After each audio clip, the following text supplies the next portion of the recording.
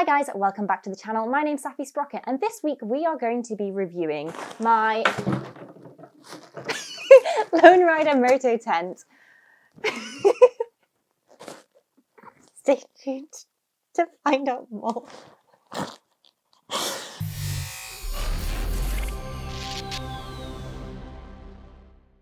So I've had my motorcycle license for a year and a half now, and in that time I've done a considerable amount of traveling, and I always get the same kind of questions in regards to my tent, like how big is it, how expensive is it, why are you sharing a tent with your motorbike and not your boyfriend, don't you have one, Saffron? So rather than answering the same questions over and over and over, I thought it'd be really great just to make a video so that I can just drop a link every time someone asks me something. So without further ado, let's jump in. Oh my god, why am I so clumsy? Straight off the bat, let's talk about the specific dimensions of the tent. Now let's be realistic, this is not a tiny tent. So the tent size itself as a whole is 4.15 by 2.4 meters. The sleeping compartment inside measures 1.4 meters by 2, and the bike cabin measures 2 meters as well. This is very clearly not a top box kind of tent. The whole thing weighs 5.5 kilos or 12 pounds for you out of there. However, you do get a lot of tent for the weight. And there's a whole variety of reasons why I opt to use a bigger tent over a smaller one, but we will get to those later on. The quality of this tent is immense. From the aircraft aluminium poles to all of the waterproof zips, everything about this tent has clearly had a lot of thought and design about it. Now, it's not a cheap tent, but it's not a cheap tent. So the moment you set this tent up, you'll realize just how much space you have. And even if you weren't motorcycle touring, it's still a fantastic tent to take along if you were going to go camping with friends because of that additional communal space. Just want to briefly touch on the height of this tent. I'm 5'7" or 170 centimeters, and this tent will accommodate a standing height of someone who is up to 6'3". So if you are below 6'3", you can physically stand up inside this tent in the bike compartment, which, by the way, it's one of those things where you think you don't really need, but when you've been on a bike for a long day's riding and you're not ready to sit down on the floor, you need to like stretch your legs out, get a little bit of blood moving in your knees, all that kind of jazz, you know, wiggle them about. It's pretty good when the weather's lousy and you just want to do a little bit of stretching. So I know it sounds daft, but honestly, it's one of those things where you think you don't need until you've got it and you're like, ah, it's so good, I can stretch. So moving on to the setup of this tent. Now this tent is extremely easy to set up. However, it will require a little bit of practice if you do want to become a rain-fighting construction ninja. So when it comes to the setup time of this tent, it varies very much on the weather. The sheer desperation of terrible weather will enable you to set this tent up in 7 minutes, I promise. I didn't think it was possible. But when it was absolutely bucketing down on my last camping trip, I don't think I've ever set this tent up so quickly. I was so angry. I was like stuffing pegs in, hammering everything down, like, I hate the rain. And then when it was sunny, it probably took me like 15-20 minutes because I was like, I'll make a brew first and then I'll get my coffee and I'll hammer a little peg round here. And isn't this fun? It's very much dependent on your mindset at the time. So there's something very important that I do want to point out about this tent. And I've noticed that not a lot of people who review it have picked up on it. And I don't know if it was intentional by the manufacturers or not. I've not seen anything on their website. However, in my experience, the biking community has a significant amount of people in that community who struggle with learning difficulties. I've personally found that quite a lot of bikers have been found to be dyslexic, which means that when it comes to reading instructions and things like that, it can be quite difficult. Now, maybe it's the case that you struggle with instructions, or maybe it's the case that you're just not the kind of person who wants to use instructions. Both of those are equally valid.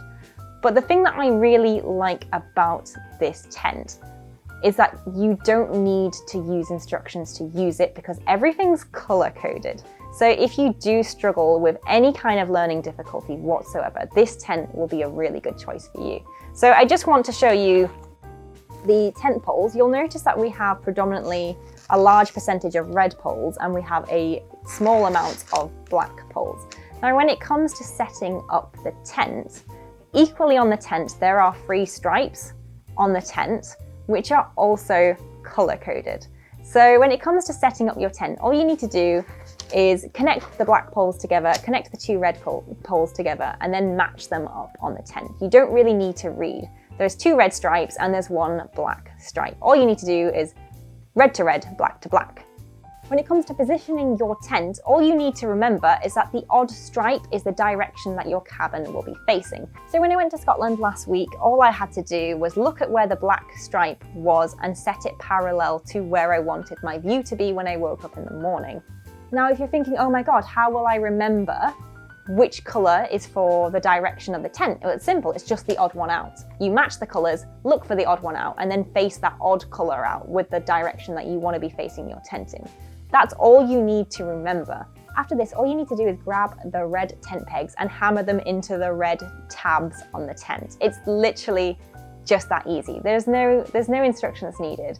Red poles to red stripes, black pole to black stripe, face the black stripe to where you want to be, grab the red tent pegs and hammer them into every tab. That's it.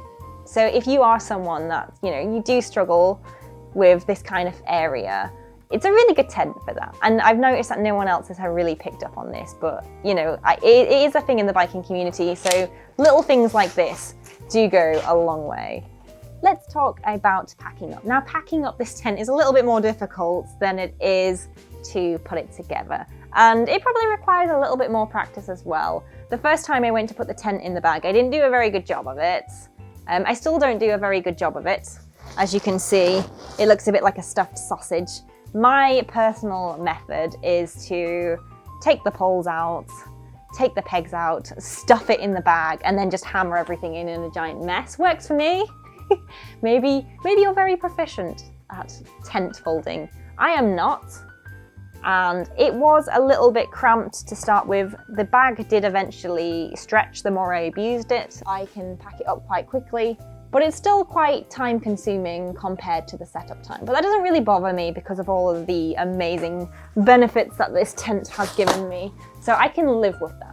If you follow the manufacturer's guidelines, it always recommends to close all of the zips before you take the tent down. The reason being is that these are waterproof zips. Now, the tent has been designed in the same way that you put it up, and when you pack it down, it all remains waterproof on the inside. So if it's the case that maybe you're packing it up and it's torrential rain, it's horrible, you've lost the will to live, and you're moving to a new location in the rain, and you're gonna deconstruct this tent in the rain, reconstruct it in the rain again later on, that cabin's still going to stay dry on both sides. So moving swiftly onwards onto the ventilation of this tent. Now, initially I did have some concerns in terms of ventilations and sleeping with a vehicle in an enclosed space. However, ventilation is something where this tent performs particularly well in. This is because every single door of the tent can be physically opened just to create an outer shell.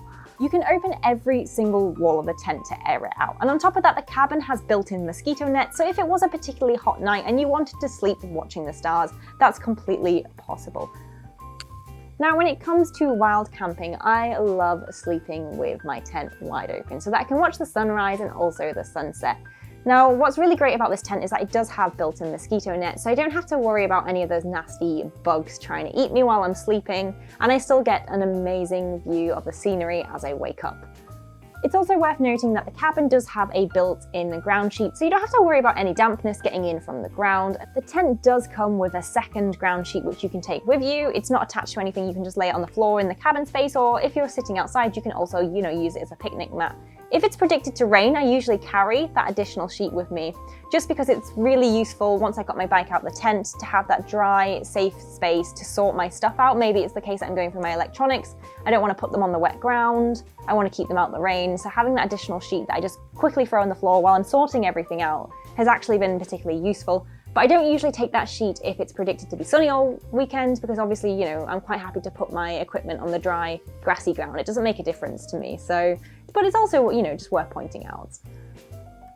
There are some other minor points that I do want to make about this tent. Nothing is particularly mind-blowing about them, but it is just things that I want to point out while we're here. The first minor point that I just want to touch base on, I don't know if you can see, but when it comes to the bag that this tent comes in, there are these little tiny loop straps around the bag. Now, these are amazing. Obviously, because this is a big tent, it's not going to go in your top box. I personally always put it on my Pilly seat, I never carry a passenger, I'm a solo traveler. So for me, putting it on my pilly seat, you know, it makes sense, right? The good thing about these particular loops is that you can hook cargo nets through, you can hook bungee cords. I personally don't recommend bungee cords because they are quite dangerous in the event of an accident because of the metal parts to them. I personally use these massive Velcro straps called Andy straps, and they fit absolutely perfectly through these loops with no issues. I just hook them around my luggage bars after I've loaded up. The tent's always the last thing to go on my bike and also always the first thing to come off my bike. So this system that I kind of developed with the Andy straps works really well. The Andy straps stay permanently in this bag. I never take these out of my tent. They always stay looped. I have a second pair, which I then wrap under my straps as well to add additional support when it is on the bike. But just this little loop system, it's just one of those things. It's not, like I said, it's not mind-blowing. It's just one of those things that I particularly like, which makes it faster for loading and unloading the tent, which is just so critical when it's raining and you're not in the mood to pack up at all. Another point that I just want to draw your attention to, again, not majorly groundbreaking, but it's just one of those things that I like, is this roll-up handle at the end of the tent. After you've finished stuffing it in the bag, you know, you just basically roll it up, clip it, done. And you have this nice handle. Now, this is really useful for carrying the tent off and on your bike, mainly because there's two ways that I like to carry this tent when I am trying to set it up. One is like the Snow White Seven Dwarf method, which is like, you know, hi-hoing to my camping spots. And then the other method that I like to carry my tent around, if it's the case that maybe like I'm really sore from riding all day with the throttle and whatnot, I will also, I do a better job on the road, I promise. The other method that I like to carry my tent around is I will grab each Andy strap. Again, these stay permanently on my tent packaging, and I will, you know, basically distribute the weight more evenly with my spine and things like this. So that's, you know, again, not groundbreaking things, but I do have two ways that I carry it. So I just thought I'd make you guys aware because it is super useful when you're physically broken after riding all day. So, and then finally, the last thing that I do want to draw your attention to is that the instructions for setting up the tent are physically sewn into the top of the bag. So I personally think once you learn how to set this tent up, it is the easiest tent to set up because the whole thing is color coded. Even in the dark, when you've got a torch, like all you have to do is match the colors and your tent will appear from nowhere. But if it's the case that you're loaning a tent to a friend and you know that it comes with instructions, it's going to be like highly likely that you'll never get those instructions back, right? But with the LoneRider, they have physically sewn them into the bag, and as soon as you open it, there it is. So, you know, maybe it is the case, maybe you're a very generous person and you do like to loan your gear out and, you know, just helps people not ruin it. Oh, no. So I do just want to touch on adverse weather conditions. The worst weather that I have camped in this tent was definitely at the Isle of Skye. One of the evenings that I was on the island, I got caught in the worst storm. It was just absolutely miserable. Now, fair play, the tent did not collapse in any way, shape or form. It stayed completely upright, no issues whatsoever, no manic panic, tent pegging down in the middle of the night, you know, no problems whatsoever. But it was very loud. Because the tent was quite tall, it catches quite a lot of the wind, so it was very, very noisy. And then obviously with that inner and outer shell, it meant that there was quite some wiggle room for the outer shell to basically bounce off. But it's a storm. Storms are never comfortable. That's why they're storms, and you know, I can't really moan about a product because of the weather. It was very much down to the weather, but it is just something to be wary of. It can get noisy in very, very horrible weather, but it didn't collapse. So, and I've heard a lot of people saying in the day after that their tents collapsed in the middle of the night. I had no issues with mine, so fair play to it. So on to the most commonly asked question, which is why did I opt to pick a tent that allows me to sleep with my motorcycle? There's actually 4 different reasons why I picked this tent, so I will run through them now. So reason number one, and this is the biggest reason as to why I picked this tent, is that it's down to safety and security. I'm a solo female traveler. I travel by myself. I don't travel with other people. And I have a bright, luminous pink bike.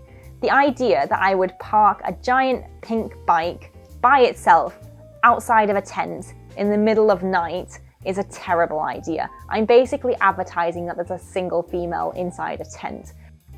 Reason number two, if you are caught out in the rain, again, with me vlogging, I have a lot of tech and a lot of gadgets that come with me that's very prone to breaking in the damp weather. Having a space where I can basically unload and load up my bike in the dry is a huge benefit to improve the longevity of my possessions. Quite frequently what I will do is, once I'm ready to leave in the morning, I'll take my bike out of my tent, I will take the luggage off my bike, and I will sit in the compartment packing everything into my shared luggage to make sure it all stays very nice and dry when I put it back on the bike. After that, all I need to do is, basically zip the tent up, roll the tent in, and it goes on my pilly seat. So at no point is any of my possessions, exposed to the adverse weather. And it's been working really well for me. I really like having that additional space to get organized. Reason number three, luckily this is never had to be something I've had to rely on yet, but basically if your motorcycle breaks down on the side of the road and it's absolutely bucketing it down, and maybe it's the case that it's something that you can fix yourself, it's just that you need to sit at the side of the road and repair it, do you really want to be repairing your bike in the rain? Or do you want to take 8 minutes to basically pop up a tent, put your bike under the tent so that you can take as much time to fix it correctly? Again, I've never had to rely on this. I think that maybe if I did, I wouldn't do a good job of repairing my bike anyway. But the fact that if I needed it to be, and maybe when I do have the skill set to repair my own bike, I do have the ability to do this. It's not always clear as to whether our vehicles are allowed in certain spots. Sometimes signs are confusing, but more often than not, wild camping is viewed as more permissible than off-roading. So in those instances, it's very beneficial to draw minimum attention to yourself with a vehicle and questionable parking. And in which case, this tent is very useful. So yeah, that's why I pick a tent with a motorcycle compartment. So there we have it. That is my full in-depth review of the LoneRider MotoTent. Now, it's my primary camping tent and probably will remain so for quite some time because of all the reasons I specified.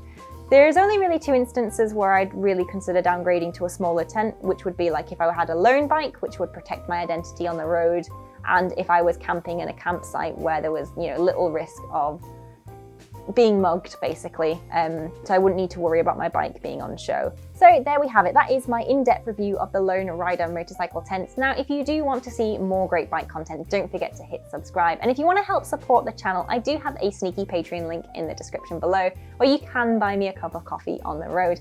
Until next week, my name's Saffy Sprocket, signing off.